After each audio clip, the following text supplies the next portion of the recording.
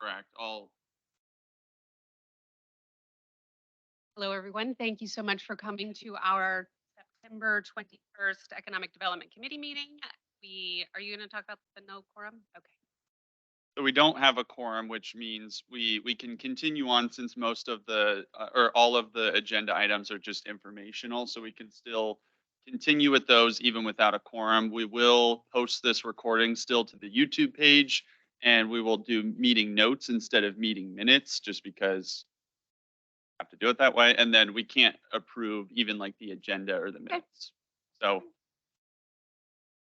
now. Thank you all for coming. So we're skipping 1.1 and 1.2, and we do have a new person in our, and Casey's here. Oh, good.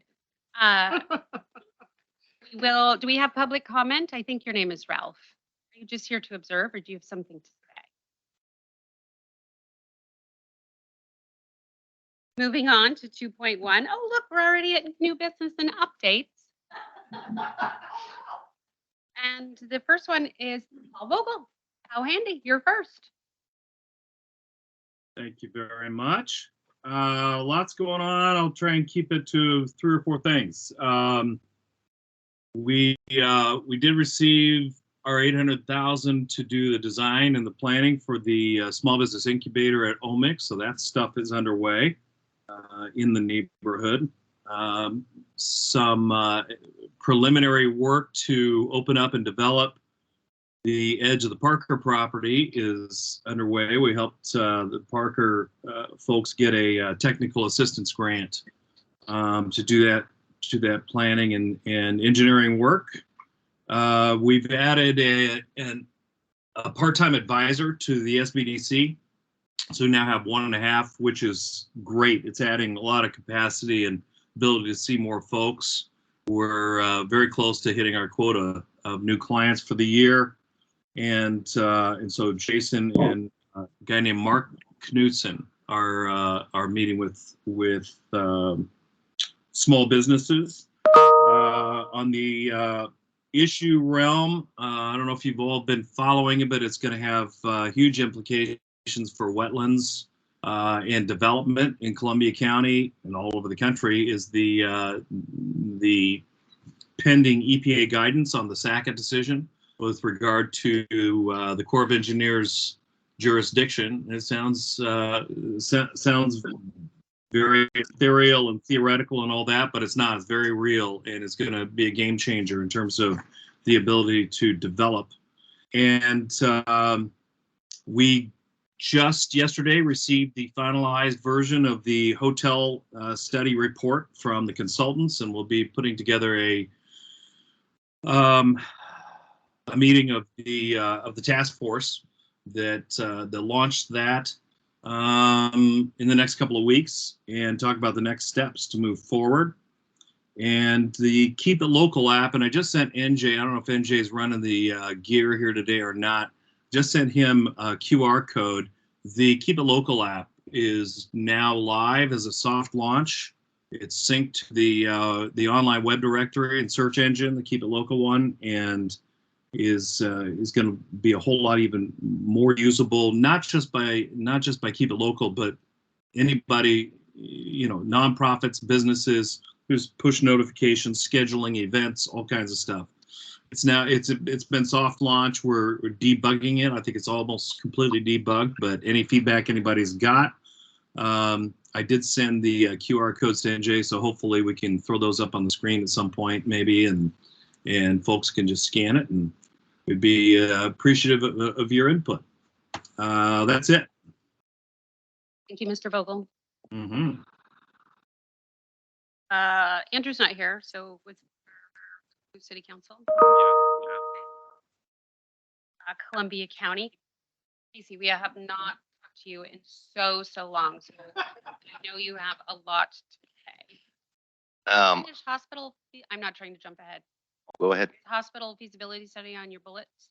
Oh no, we're done with that. Oh, okay, so not feasible. We heard about it, so we can talk about it.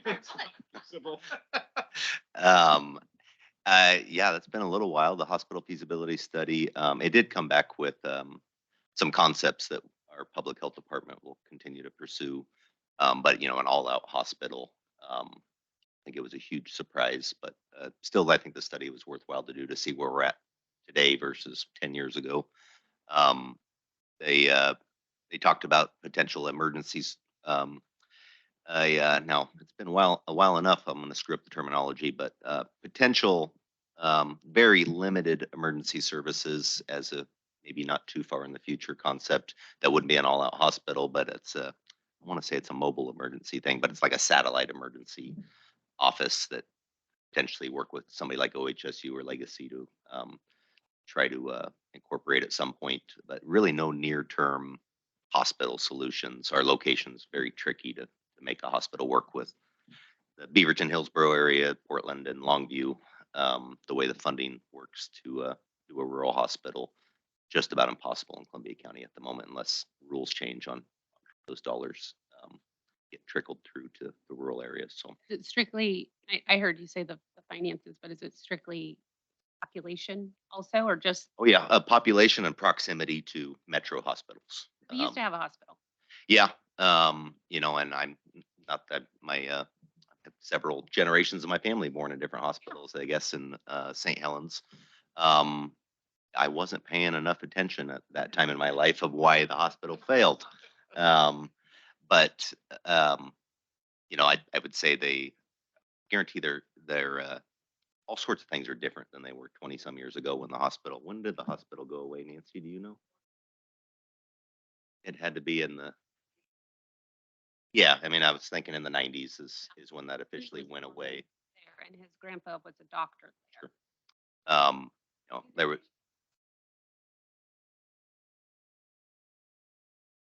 They evaluate all sorts of things like that. But the reality is, if you try to get one in St. Helens, most people in Scappoose would still go to Portland. Most people in Vernonia would still go to Beaverton, Hillsborough direction. If you are very close to Rainier, you're going to Longview. If you're in Clatskanie, you're probably going to Longview as well, and could get there. No, because you'd have a much larger, more effective hospital to go to. So we couldn't build one large enough here that would make any sense. It would be your second choice, even to be honest with you, maybe even if you're in St. Helens, and then the ability to have nurses and doctors, that's hard enough even for the large hospitals. And for it to make any sort of financial sense, it did not check any single box that made sense. And not, I mean, yeah, you got to think about everything's so much more expensive than it was 25 years ago. Legacy struggles just to staff their doctor's office. Yeah, just in the last few years, I mean, how that's changed. So I think it was a good source of information, like anything the government does when you do those sorts of studies. Cost a lot of money comparatively. It was something that we used a very, very tiny portion of our ARPA dollars for to evaluate. So I don't think it was a bad idea to do the study necessarily, but I can't say I'm surprised at all that the findings were is not feasible. But again, there were some concepts, the mobile clinical services, and some concepts that were brought out of it that I think could be worthy of pursuing. And our public health people would be way better than me at this moment. This had to be a few months back when the study came in. And it's been so long we haven't seen. I've just been busy this summer. I mean, man, oh man. So I have missed you guys. Yeah. So yeah, that happened. Our ambulance service area was another one of those things that we were working on. That's all. That all went through smoothly in all of the different fire districts, and there are fire district stuff going on these days. But about that. Yeah, and I'll stay out of that one. Oh, okay. Yeah, read the papers and you'll get all sorts of different versions, I guess. But our ambulance service areas and those agreements are all finalized, and that was a little bit of a dicey process, but then ended up coming to a smooth outcome, and everybody seemed to be pretty happy around the county with the agreements that were made with our public health folks and the ambulance service area committee that was put together. So that was good. For me, the more exciting stuff is stuff I've talked about, but we have so many projects moving along that we've worked on setting the stage for over the last couple of years. John Gum building our new county administrative facility and museum and small business development economic center. everything that will be housed in that building, the framing, office framing is happening. The whole interior is gutted down to the studs. Additional seismic reinforcement to the interior of the building. The partition walls are all getting framed out now. The elevator pit is poured. Concrete work's happening in the basement. Site work's happening. It's just an army of people there on track to cut a ribbon next summer. So Wow, great job. that's very exciting. Our old courthouse and annex, we are just about to submit an elevator, a new vestibule and elevator that will be between the two buildings, but to make the old courthouse ADA accessible. That design is complete. We've got a grant through the state to, a couple of grants through the state. So this first one, the focus has been elevator and some seismic and restoration work on the bell tower are the two things we're working on at the moment. The historical review process, I think, is in the next month for the bell tower work, and the elevator could break ground in the next month. All of that work's supposed to be done, I think, by May of this coming year. And then our annex, third floor where all the court spaces are, will be kind of the final component with John Gum being complete, the ability to move operations over there, and then the court area renovations on the third floor. There's about 15,000 square feet. We're starting a design development process for improvements there, which will allow us to move all state court operations upstairs and all county over-the-counter services on one counter on the main floor of the annex is the goal. So we're moving right along through all that stuff. Lots of construction, still working with a variety of engineers and architects on the different phases, but everything's funded and moving along nicely for those projects. We just broke ground on the Holst Trailhead at Vernonia, the latest Crown Z Trail spot. It'll be very similar to Ruley Trailhead in Chapman, a little smaller version, but a really nice plan there. And paving the last quarter mile of the trail before it hits Knott Street is a very steep portion of the trail that it's almost impossible to ride a bike up or even down safely at the moment. A quarter mile is getting paved through a grant that we got there, and then over this next 6 months or so, the Holst Trailhead will be complete. Should be complete in the next 6 months. Actually took a couple notes because I was running late. So Scappoose interpretive signage, we for the trail met with some Scappoose stakeholders that have been working on the content for those signs about 6 weeks ago. I have an update coming to the Scappoose Parks Advisory Committee. I think it's the 19th of October, maybe, if it's always the third Thursday. Okay. To show where that's at, but that's, I think, a dozen locations, some really good content developed. And we've been able to fund, with the help of Paul and Wella, all of the posts that go into those structures. I want to say it's about $12,000 worth will be supplied for no cost to the city of Scappoose. So a little bit of concrete and 2x6s, and then the actual signs is the only budget gap we have to figure out for that sign. But it will be about 2 miles of kind of a walk through history in Scappoose from Highway 30 to Chapman Landing. Really cool. That's moving along nicely, and that kind of dovetails off same exact projects happening in Rainier and Clatskanie that are different phases of the same structures, local history. So every town in the county, my goal, and I think we're getting there, we got Prescott and Columbia City to cover, and there's some ideas for Prescott in the works, but we'll have this historic local history interpretive signage along with nature and wildlife relevant to those areas. So that's moving along nicely. There's been some grants and lots of work put into that. We just finished 12 new campsites at Camp Wilkerson. We're almost had a glamping arrangement with a Cascadia Glamping, a private company, to throw in fancy tents and beds and do a glamping thing. Didn't quite work out this year. I think there's still a desire to maybe try it out next year, but they're beautiful campsites that got finished. A whole new section at Camp Wilkerson. We're pushing $2 million of net logging revenue at one of our county-owned timber properties that will all go towards county parks. So county parks will have a lot of money to invest in additional improvements over the next few years. So that's really exciting to have that kind of money in a county park system. And the Willark Trailhead, a very exciting one I need to actually talk to Paul about, but we have about $250,000 of Title II funding. We're looking at putting a new, replacing a bridge to provide access to a new campground on Vernonia Highway. It's a private campground that there's a permit to build a large lake at the old Camp 8 site right off the Crown Z Trail. The bridge will provide access to that campground, and the private owner has $2 million of money to invest in a really great spot for a new campground, RV, and pretty ambitious plan. So that's just in that we're pursuing bridge beams at the moment and have about $250,000 to design development, and crossing our fingers we get some free bridge beams from ODOT to make that possible. Been busy. And then one more that I think is exciting. It's kind of old news, but it won't come into effect in another few weeks.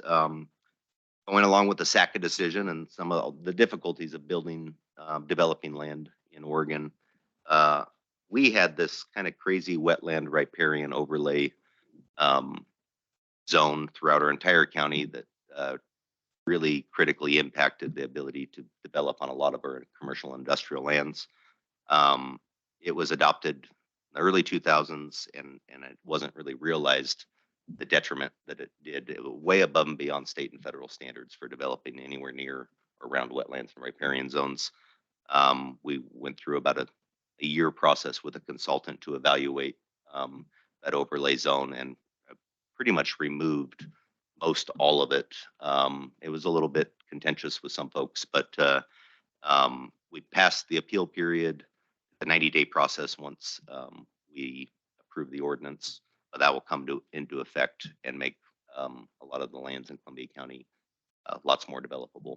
And actually, right here in Scappoose, there's a couple of spots that would be almost impossible to develop industrial commercial on industrial commercial zoning that now will be after removing those overlay zones. So about 2 more weeks and that'll be official. You've got a lot to follow. He had a lot of comments. It's been a while since I've got a chance to visit you guys, so Oh, thank you. catching up. Appreciate it. Heidi, ready for your soft shoe? Okay, You can either go up there or grab that. George.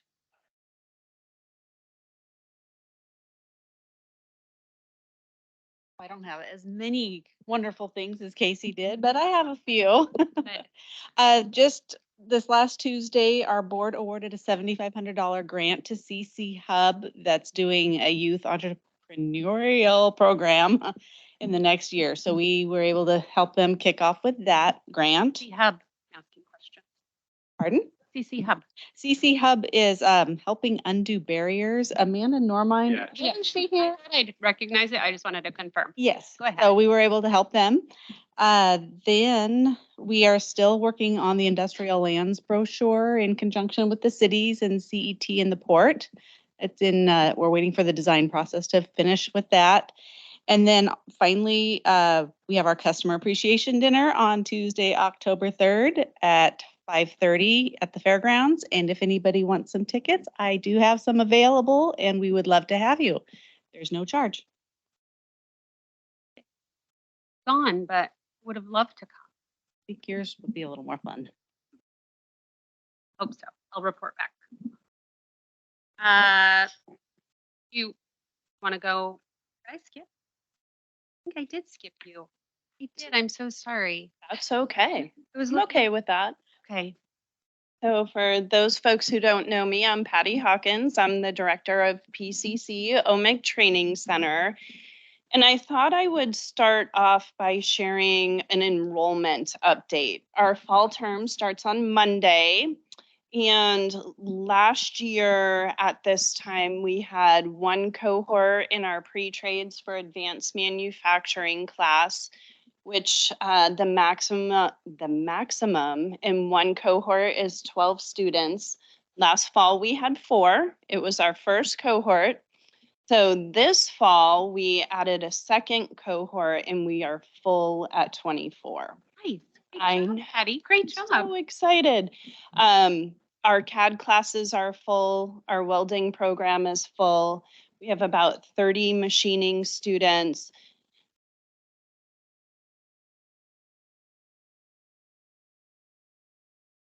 So we're very, very excited about that. Fantastic. Yes. Also, tomorrow night at the training center from 6 to 8, we're having a car show. So the Highway 30 cruisers are coming in. There'll be ice cream, there will be popcorn, Rand Brown will be singing. Rand sang. Oh, yes, he's quite, Recorded. I didn't know Number that. 3 indie artist in Oregon. yeah, Okay, he's quite the star. knows what I know. Yeah, he's quite the star. So live music from 6 to 8, lots of cool cars. So come on by and check out all that fun stuff. Of course, we have Manufacturing Day happening on October 6th. So far, we have 575 middle school and high school students signed up to come visit the training center in OMIC R&D. So that's very exciting. Also too, I've been talking with folks in the community, and some of the parents of the high school students have recommended that we offer some information nights in the evening when parents can come to the training center and attend. Everything's usually during the day while they're at work. So I put together some information sessions. And most importantly, I put together an annual calendar. So it's a whole year of the events and activities that will be happening at the training center. Oh, great job. So I brought some of those, and those have the information session nights on them. And then one new event that we're going to start in December is supporting women in manufacturing. It's an event for, yes, love it. So an opportunity for folks in the county to come in, do real hands-on activities around manufacturing, much smaller group than Manufacturing Day. We're going to have a panel of women who've worked in manufacturing and people who have supported women working in manufacturing to just have a discussion about sort of what it's like, how did you get there, how do you best support folks. So that will be December 1st, and we're hoping it's a huge success. Missing anything? I don't think so.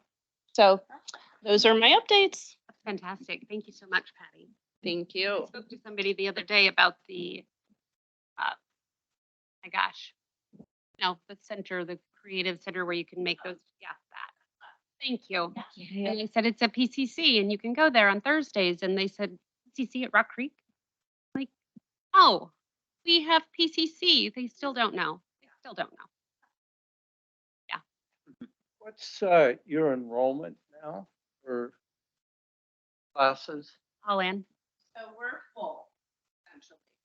We have hit our max capacity. The only classes we have room in right now are adult education classes, which help folks earn their GED.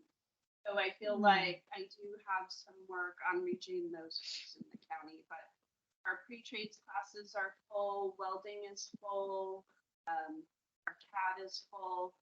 So the first time since the center has been open that our enrollment is full. Outstanding. I've been over there 3 times over a 2-year period. I'm impressed more and more of the 3 times I went. Things are happening. Yeah, I think we're really starting to build a lot of. Yeah. I have to look at class selections. Maybe something I need to take. Absolutely, that would be great. All right, Thank you. Jeff.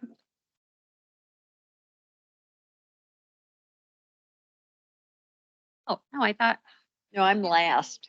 oh, you're right. No. Am I next? Port of Columbia County. Boy, I totally went out of order. I beg your pardon. It's quite all right. Nancy? Well, I'm going to follow up with this women in manufacturing. This doesn't really specifically apply to the port, but Shaver Transportation every summer has a women in industry luncheon. Have you been invited to that?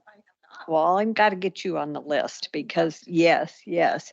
And you know, they do Shaver, to my way of thinking, is just wow, such a jewel in our community because even though they're based in Portland, you know, they're all over the river and they really promote women in industry. And they've got women working their tugs, they've got women in their offices, and they highly promote women working in industries that ply their trade on the river, take access of river through their industry. And I really want to get her. Samantha Shaver is the woman who really spearheads all of this. And I really want to get her out here to do a public information event around how much opportunity there is for women, and they don't need a college education, and they don't even necessarily need a trade, you know, and these are really good jobs and good wages, good benefits. The people who work at Shaver have, you know, spend their entire careers there. And I think thinking of ways to employ people that don't want to go to school or can't go to school is such an important part of what we're trying to do in Columbia County. So yeah, thank you for bringing that up and thank you for hosting that event. Yeah. And I'd love to chat about Right up your alley. Yeah, Yeah, say that, right up yeah. your alley. Right up your riverway or whatever. Yeah, yeah. As far as the port goes, not as many juicy things to talk about as the county, but we do have a lot going on. Unfortunately, I can't talk about a whole bunch of it. You know how that goes, but we do have so many opportunities that our big challenge right now is how much money do we have, you know, that we can take advantage of these opportunities. We are just finished the plans for expanding the office, which we desperately need. We are at capacity as far as places where people can go, and offering people a job where they sit in the closet is probably not going to work in our behalf. So expanding our office is going to be really important. Hopefully we'll be able to get this project done by, you know, the middle of next year, but really looking forward to it because we simply are limited. We can't even hire anybody else because there's no place for them, which is a good problem to have. The other thing is we're continuing with this agricultural committee, which formed out of a request out of our farmer folks in Clatskanie. This is really moving in an interesting direction. Our next meeting is Monday, this coming Monday. And it's going to be based around what's the possibility of bringing in butchering, you know, the people now who have cattle and sheep and pigs, they have to travel hundreds of miles to a slaughterhouse in order to get their product ready for market. Thank you. And so we're looking at what is the viability of this, and we have some good help with people who have outreach in that area locally, especially in Southern Washington. So we're getting a lot of good information about, you know, is this possible? Is it viable? How much are we talking about in the way of processing? So we have a lot of work to do, but it's an area that seems to be an absolute need that it hasn't been filled. And what it could mean for our local economy could be pretty cool. And it wouldn't just necessarily be Columbia County, but it would be neighboring counties that would also avail themselves of this facility. So that's going to be the conversation on Monday. We also, coming back closer to home in Scappoose, we just had an amendment to our through the fence agreement, which originally was for businesses wanting a through the fence, it would be 15 years. We've increased it to 30 years. Apparently that seems to be a big barrier to people coming into the area because of the 15-year limit. And so hopefully this will expand opportunities. We haven't actually had any applications yet. No one has actually applied for a through the fence, but certainly we're expecting it to come. And I think that pretty much does it. Thank you.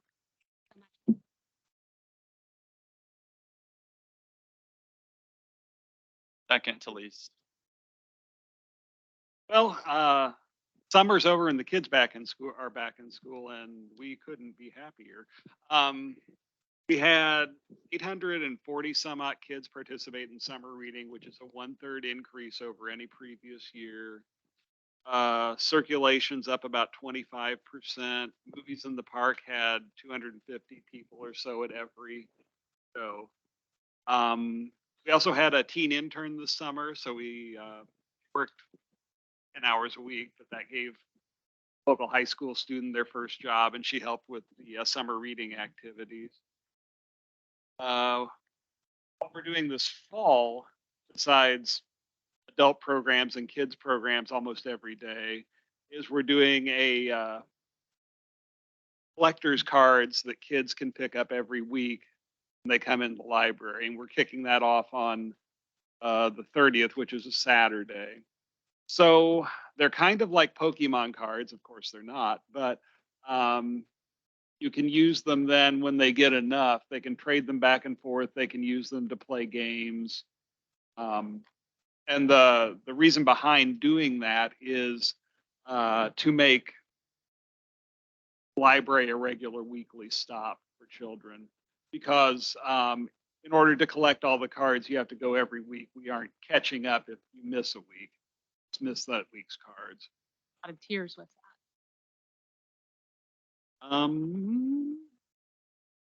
And also I'm meeting with Northwest STEM Hub tomorrow, because we're looking at having, and they would sponsor STEM programs for young children in the library. So they're out of Hillsboro. But they cover this whole region. That's pretty much. How's your walking group going? I don't know. How is it going? Oh, it's You weren't there last week. No, I I was traveling. We have, of course, the OHSU walking group that's every Friday. And 8. at 8 in the morning. And there's 20 people signed up to that. We've got a few that are on more or less extended leave because of problems, but I think it's going pretty well. Yeah, it's fun. Doing our health check-in on 9th. 9th. You walk 20 out and 20 back on the Crown Z Trail. Once a week on Fridays. Group, 20 20 minutes. minutes, Okay. not miles. Say, you almost got to Vernonia. Boy. Would, All right. if it were 20 miles, we would just walk from Friday to Friday. Okay.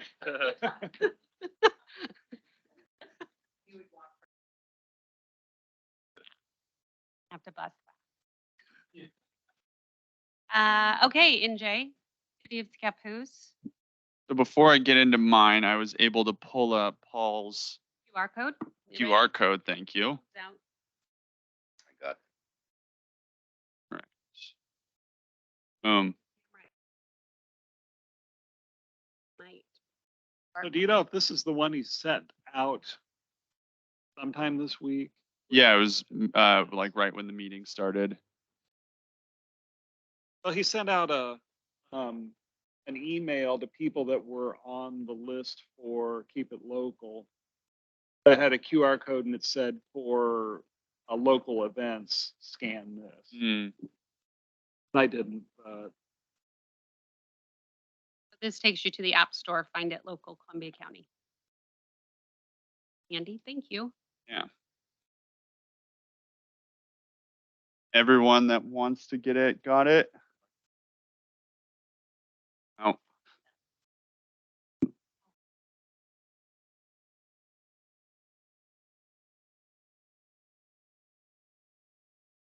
slick. You had the app. It's a great tool for the community. Got it. Hold on. Put it- Entire county too, so. that's it. Okay. I'm gonna end the share. Okay.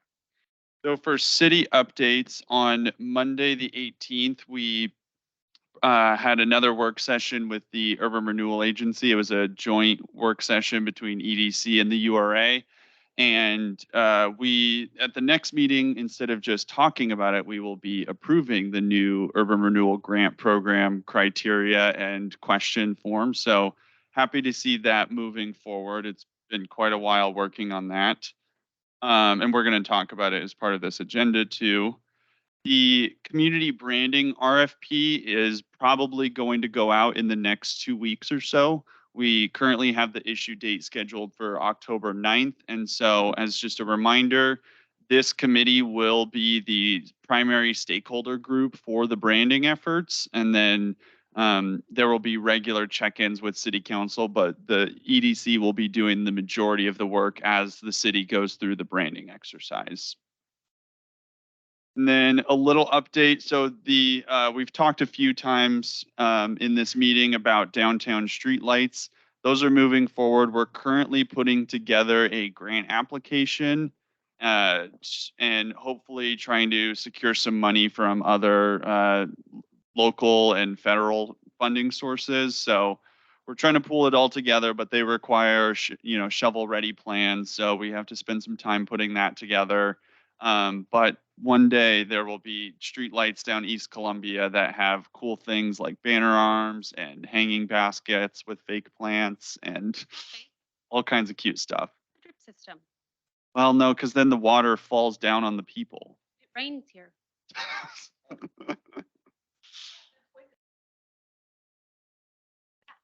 Oregon. It's just a maintenance issue too. Like someone, we either have to like bring the water up there or someone has to go up on a ladder. So, Tall. I'm not that tall. Maybe we redo the specs, but. I think we should. You've got a big reach. Okay. So And then just in terms of development, so the Remax Real Estate is relocating right now to the Casey Street house on the beginning part of JP West Road. So green one, what's that? the green one. Yeah, It's really nice. it is. Yeah, Model that for. yeah. The interior looks really, really good too. But anyway, they're going through site development review right now. So in planning, we're currently walking them through that application. They've submitted once, they were deemed incomplete, and so they'll just have to come back and fix some things up. But they'll move forward. We're confident in that. The Columbia Restaurant Complex, that's going to be just north of the old Sears building, which is now Peak Performance Gym. So they haven't submitted for land use yet, but they've been meeting with us a number of times in inquiry and pre-application meetings. And so at any point now, they could submit for land use and start moving through our process. We know the restaurants yet. One of them's Taco Bell. The other was going to be Buffalo Wild Wings, but Buffalo pulled out. Oh, thank goodness. Great. That's great news. You don't have to go there. If you can put your recruiting hats on and get some restaurants that you like, this is the opportunity.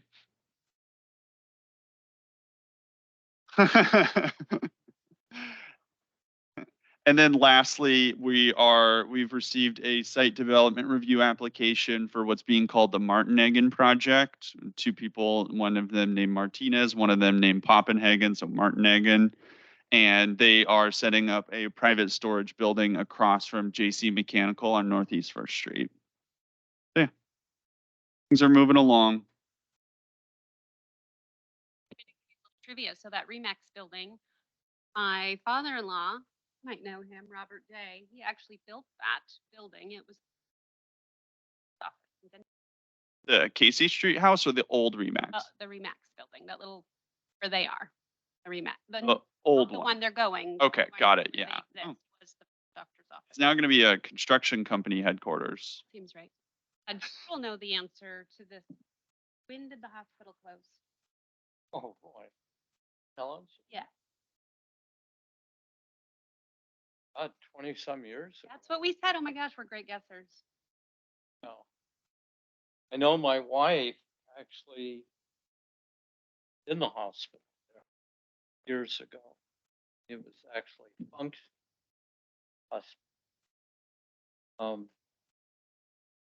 They, maybe it'll, I already said. I believe the original St. Helens Hospital closed in 1956 or relocated at least. But it was actually down closer to the courthouse. The building's still there.